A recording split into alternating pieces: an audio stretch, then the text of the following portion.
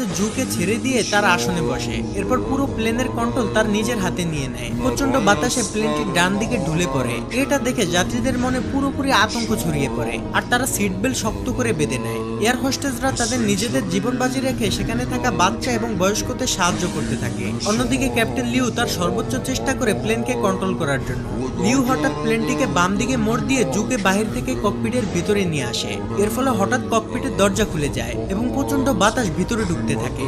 অতিরিক্ত বাতাসের চাপে ভিতরে থাকা সবকিছু ওলট পালট হয়ে যায়। যাত্রীরা ভয়ে চিৎকার চেঁচামেচি করতে থাকে। এমনকি এয়ার হোস্টেসরাও এক একজন সিটকে পড়ে যায়। ঠিক তখনই তাদের সকলের সামনে অক্সিজেন মাস্ক নেমে আসে আর এয়ার হোস্টেসরা অনেক কষ্ট করে যাত্রীদের অক্সিজেন মাস্ক পরাতে সাহায্য করে। অন্যদিকে চ্যাংডু এয়ারপোর্ট কন্ট্রোলার কন্ট্রোল রুমের ম্যানেজারকে ডেকে বলে, স্যার, সিচুয়ান 8366 বিমানটি নিশ্চয়ই কোনো বিপদে পড়েছে। পাইলট বলেছে তাদের প্লেনের উইন্ডো শিল্ডে ফাটল ধরেছে। তাই আমি প্লেনটিকে 8000 ফিট নিচে নামিয়ে ডান দিকে ঘুরিয়ে চ্যাংডু সুয়াংলিও ইন্টারন্যাশনাল এয়ারপোর্টে জরুরি অবতরণ করতে বলেছি। কিন্তু প্লেনটি 32000 ফিট উচ্চতায় প্রচন্ড গতিতে বাম দিকে ঘুরে তিব্বতের দিকে এগিয়ে যাচ্ছে। প্লেনের ভিতরে অক্সিজেনের লেভেলও লো হয়ে যাচ্ছে।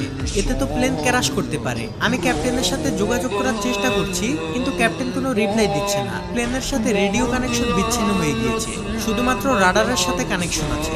এটা দেখে কন্ট্রোল রুমের ম্যানেজার সাথে সাথে আশেপাশে সকল এয়ারপোর্টে ইনফরমেশন পাঠিয়ে দেয় এবং মুহূর্তের মধ্যেই সকল এয়ারপোর্টের ফ্লাইট বাতিল করে দেওয়া হয়। প্রতিটি প্লেনের শিডিউল পরিবর্তন করা হয়। টেক অফ করা সকল প্লেনকে হোল্ড করে দেওয়া হয়, এমনকি আকাশে উড়ন্ত সকল প্লেনের রোড চেঞ্জ করে দেওয়া হয়। ইমার্জেন্সি ল্যান্ডিং এর জন্য চ্যাংডু সুয়াংলিও ইন্টারন্যাশনাল এয়ারপোর্টের রানওয়ে খালি করে দেওয়া হয়। সেই সাথে police, fire service, medical team এবং এয়ার ট্রাফিক কন্ট্রোল সহ সকল বাহিনীকে রানওয়ের কাছে অবস্থান নিতে বলা হয়, যাতে যে কোনো খারাপ সিচুয়েশনের মোকাবেলা করতে পারে। এমনকি চায়নার এয়ারফোর্স থেকে প্লেনটিকে সাহায্য করার জন্য 4টি ফাইটার জেট পাঠানো হয় এবং আকাশে অন্যান্য যে সকল প্লেনগুলো রয়েছে সেগুলো থেকে সিচুয়ান 8633 এর সাথে যোগাযোগের চেষ্টা করা হয়, কিন্তু প্লেনটি থেকে কোনো ধরনের রেসপন্স আসে না। যাই হোক, অন্যদিকে ককপিটের দরজা খুলে যাওয়ায় থার্ড ক্যাপ্টেন লিয়াং কোনো মতে ভিতরে প্রবেশ করে ককপিটের দরজা বন্ধ করে দেয়। ফলে প্লেনের ভিতরে বাতাসের চাপ কমে যায়, কিন্তু প্লেন প্রচন্ড ঝাঁকাঝাঁকি করতে থাকে। লিয়াং ককপিটে ঢুকে দেখতে পায় ক্যাপ্টেন লিও ঠান্ডায় প্রচন্ড কাঁপছে আর অক্সিজেনের অভাবে কোপাইলট জু অজ্ঞান হয়ে যাচ্ছে। লিয়াং তখন ককপিটে থাকা অক্সিজেন মাস্ক বের করে ক্যাপ্টেনদের পরিয়ে দেয় এবং সে নিজেও পরে নেয়। এরপর লিয়াং কন্ট্রোল রুমের সাথে যোগাযোগ করার চেষ্টা করে, কিন্তু সে বুঝে যায় রেডিও কানেকশন বিচ্ছিন্ন হয়ে গিয়েছে। লিয়াং কোনো মতে প্লেনটিকে নিচে নামানোর চেষ্টা করে, কিন্তু তাদের ভাগ্য এতটাই খারাপ ছিল যে তারা যদি প্লেনটিকে নিচে নামায় তাহলে প্লেন ক্র্যাশ হওয়ার সম্ভাবনা রয়েছে, কারণ তাদের প্লেন তখন তিব্বতের উপর দিয়ে যাচ্ছিল। আর আমরা সকলেই জানি তিব্বতে মাউন্ট এভারেস্ট সহ ছোট বড় অনেক হিমালয় রয়েছে, যেখানে কোনো প্লেনকে সর্বোচ্চ 32 থেকে 34,000 ফিট উপর দিয়ে ফ্লাই করতে হয়। এদিকে প্লেনের ভিতরে অক্সিজেন ফুরিয়ে যেতে থাকে, তাই পর্যাপ্ত অক্সিজেন পেতে হলে প্লেনটিকে আরো 3000 ফিট নিচে নামাতে হবে, কিন্তু হিমালয়ের জন্য সেটা সম্ভব ছিল না। এছাড়া সামনে বিশাল ঝড়ের কারণে কিছুই দেখা যাবে না। এটা যেন ক্যাপ্টেনদের কাছে সুইসাইড করার মতো। একদিকে অক্সিজেনের ঘাটতি, অন্যদিকে প্লেন ক্র্যাশের ভয়, তার উপরে আবার আকাশকে ঢেকে রাখা ভয়ানক ঝড়। অন্যদিকে কেবিন ক্রুদের ম্যানেজার নান সকলকে জানিয়ে দেয় তারা ককপিটের প্রেসার হারিয়ে ফেলেছে, তাই সকলকে শক্ত করে সিট বেল্ট পরে থাকার জন্য অনুরোধ করে। এদিকে কন্ট্রোল রুম থেকে প্লেনের সাথে যোগাযোগ করার জন্য চেষ্টা চালিয়ে যেতে থাকে। তারা রেডিওতে বলে প্লেনের সামনে বিশাল হিমালয় রয়েছে আর সেখানে তাদের আরো 3000 ফিট নিচে দিয়ে যেতে হবে, নাহলে পর্যাপ্ত অক্সিজেনের অভাবে তারা মারা যেতে পারে। ক্যাপ্টেন লিউ তার সর্বোচ্চ দিয়ে প্লেনকে কন্ট্রোল করার চেষ্টা করে। সে প্লেনকে যতটা সম্ভব নিচে দিয়ে চালানোর চেষ্টা করে, এমনকি ককপিটে প্রচন্ড বাতাস এবং বরফের টুকরার কারণে সামনে কি আছে সেটা দেখা অসম্ভব হয়ে পড়ে। অন্যদিকে সোশ্যাল মিডিয়ায় এই খবর ভাইরাল হলে প্লেনের ভিতরে থাকা যাত্রীদের আত্মীয় স্বজনরা এয়ারপোর্টে এসে কান্নাকাটি করতে থাকে। এদিকে প্লেনের মধ্যে থাকা যাত্রীরা তাদের ধৈর্য হারিয়ে ফেলেছে। তাদের মধ্যে একজন প্লেনের কি হয়েছে সেটা দেখার জন্য ককপিটের দিকে যেতে থাকে। এটা দেখে কেবিন ক্রুরা তাকে বাধা দিলে সে একজন এয়ার হোস্টেসকে খাবারের টলি দিয়ে আঘাত করে। তখনই সেখানে কেবিন ক্রুদের ম্যানেজার নান আসে আর বলে, আমরা সকলেই জানি তিব্বতে ছোট বড় কত হিমালয় রয়েছে আর এখানে প্লেন নিচে নামানো ঝুঁকিপূর্ণ, এতে প্লেন ক্র্যাশ করতে পারে। যাই হোক না কেন, আপনাদের পাইলট এবং আমাদের উপর ভরসা রাখতে হবে। এই সকল সিচুয়েশনের জন্য আমাদের সর্বোচ্চ ট্রেনিং দেওয়া হয়েছে, তাই আপনারা যদি এভাবে বিশৃঙ্খল করেন তাহলে আপনারা নিজেদের মৃত্যু নিজেরাই ডেকে আনবেন। নানের কথা শুনে যাত্রীরা কিছুটা শান্ত হলেও তারা প্রচন্ড ভয় পেতে থাকে। এদিকে ককপিটের মধ্যে লিয়াং যতটা সম্ভব লিউকে গরম রাখার চেষ্টা করে আর লিউ জ্বরের মধ্যে দিয়ে সর্বোচ্চ চেষ্টা করে প্লেনটিকে সামনের দিকে এগিয়ে নিয়ে যেতে থাকে। অন্যদিকে লিউর স্ত্রী তাদের মেয়ের জন্মদিন পালনের জন্য খাবার তৈরি করছিল। তখনই তাকে কেউ একজন ফোন করে লিউর বিপদের কথা জানায়। ফলে সে আতঙ্কিত না হয়ে তার মেয়েকে সান্ত্বনা দিতে থাকে, কারণ তার অগাধ বিশ্বাস তার স্বামী প্লেনটিকে সঠিকভাবে ল্যান্ড করাতে পারবে। এদিকে লিউ প্লেনের ভিতরে আস্তে আস্তে অজ্ঞান হয়ে যেতে থাকে। সে তার চোখের সামনে দেখে তার স্ত্রী আর মেয়েকে নিয়ে সে একসাথে জন্মদিনের কেক কাটছে, কিন্তু তখনই লিয়াং লিউকে জাগিয়ে দেয়। এরপর লিউ দক্ষতার সাথে ওই কালো মেঘের মধ্যে দিয়ে প্লেন চালিয়ে নিয়ে যেতে থাকে। কন্ট্রোল রুমে থাকা সবাই রাডারে দেখতে পায় প্লেনটি ঝড়ের মধ্যে সব থেকে বিপজ্জনক জায়গা দিয়ে যাচ্ছে, যেখান থেকে বেঁচে ফিরা প্রায় অসম্ভব। তারা সকলে যেন নিস্তেজ হয়ে একটি সিনেমা দেখছে। কন্ট্রোল রুমের ম্যানেজার বলে এখন সবকিছুই পাইলটের হাতে, এমনকি বাইরে যাত্রীদের আত্মীয় স্বজনরাও তাদের জন্য দোয়া করছে। এদিকে প্লেনের ভিতরের পরিস্থিতি আরো খারাপ হয়ে যায়। প্রচন্ড ঝাঁকুনির কারণে প্লেনে থাকা যাত্রীদের ব্যাগগুলো তাদের গায়ের উপরে পড়তে থাকে। ঠিক তখনই প্লেনটি হঠাৎ রাডার থেকে অদৃশ্য হয়ে যায়। এটা দেখে কন্ট্রোল রুমের সবাই হতভম্ব হয়ে যায়। সবাই মনে করে প্লেনটি হয়তো ক্র্যাশ করেছে। সবাই প্রচন্ড ভেঙে পড়ে। কন্ট্রোল রুম থেকে তাদের সাথে যোগাযোগ করার জন্য সর্বোচ্চ চেষ্টা করে, কিন্তু এতে কোনো লাভ হয় না। তারা সকলেই বুঝে যায় প্লেনের ভিতরে হয়তো আর কেউই বেঁচে নেই।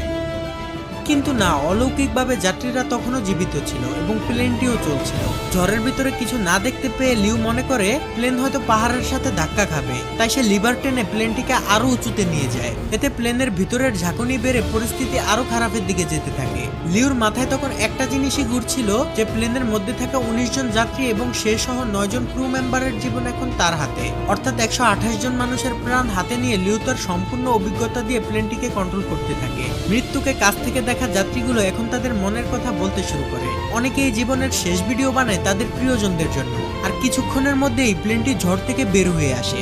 লিউর অনেক চেষ্টার পর পরিস্থিতি স্বাভাবিক হতে শুরু করে। এরপর ক্যাপ্টেন লিউ প্লেনটিকে অনেক নিচুতে নামিয়ে আনে, যেখানে পর্যাপ্ত পরিমাণ অক্সিজেন রয়েছে। এরপর সকল পাইলটরা ভালোভাবে দেখার জন্য অক্সিজেন মাস্কটি খুলে ফেলে। ঠিক তখনই চ্যাংডু এয়ার কন্ট্রোল সেন্টারের রাডার প্লেনটিকে আবার ডিটেক্ট করে ফেলে। এটা দেখে কন্ট্রোল রুমে থাকা সবাই খুশি হয়ে যায়। তারা যেন বুক ফুলিয়ে শান্তির নিঃশ্বাস নেয়। এমনকি কন্ট্রোল রুমের সাথে প্লেনের রেডিও কানেকশনও ঠিক হয়ে যায়। এমন ভয়ঙ্কর অবস্থা থেকে ফিরে আসা কন্ট্রোল রুমের কেউই যেন কল্পনা করেননি। যাই হোক, রেডিও কানেকশন ঠিক হওয়াতে ক্যাপ্টেন লিউ আবারও কন্ট্রোল রুমের সাথে যোগাযোগ করতে সক্ষম হয়, কিন্তু উইন্ডো শিল্ড ভাঙা থাকার কারণে প্রচন্ড বাতাসে পাইলটদের কথা কন্ট্রোলাররা বুঝতে পারে না। কিন্তু কন্ট্রোল রুমের কথা যেহেতু তারা শুনছিল, তাই কন্ট্রোল রুম থেকে তাদেরকে ইমার্জেন্সি ল্যান্ডিং করতে বলে।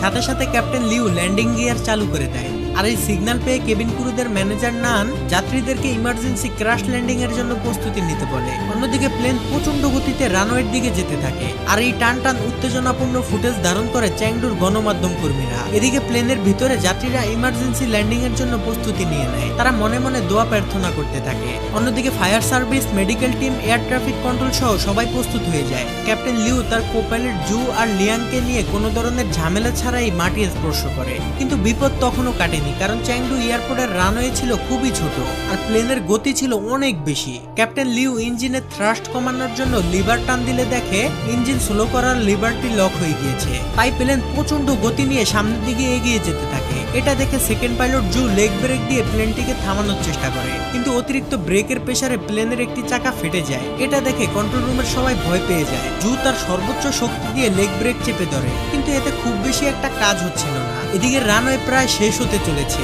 তাই ক্যাপ্টেন লিউ, জু আর লিয়াং মিলে তাদের সর্বোচ্চ শক্তি দিয়ে ইঞ্জিন স্লো করার লিভারটি টেনে ধরে। এরপর তারা বহু কষ্টে রানওয়ের একদম শেষ মাথায় গিয়ে প্লেনটিকে থামাতে সক্ষম হয়। এটা দেখে কন্ট্রোল রুমের সবাই খুশি হয়ে যায়। এমন অসম্ভবকে সম্ভব হতে দেখে তাদের চোখে পানি চলে আসে। আর গণমাধ্যম কর্মীরা তো খুশিতে লাফাতে থাকে। এদিকে মৃত্যুর মুখ থেকে ফিরে আসা যাত্রীরা তো খুশিতে কেঁদে ফেলে। তারা চিৎকার করে এই আনন্দ একজন অন্যজনের সাথে ভাগাভাগি করে নেয়। এরপর ক্যাপ্টেন লিউ মাইক নিয়ে সকল যাত্রীদের উদ্দেশ্যে ক্ষমা চায় এবং খুব হৃদয় বিতারক কিছু কথা বলে, যা শুনে যাত্রীরা সহ কেবিন ক্রুদের চোখে পানি চলে আসে। সেখানে মেডিকেল টিম সহ সকল বাহিনীরা চলে আসলে প্লেনের গেট খুলে দেওয়া হয়। এরপর যাত্রীরা এক এক করে বাইরে আসতে থাকে। কেবিন ক্রুরাও এমন ভয়ঙ্কর সিচুয়েশনের জন্য যাত্রীদের কাছে ক্ষমা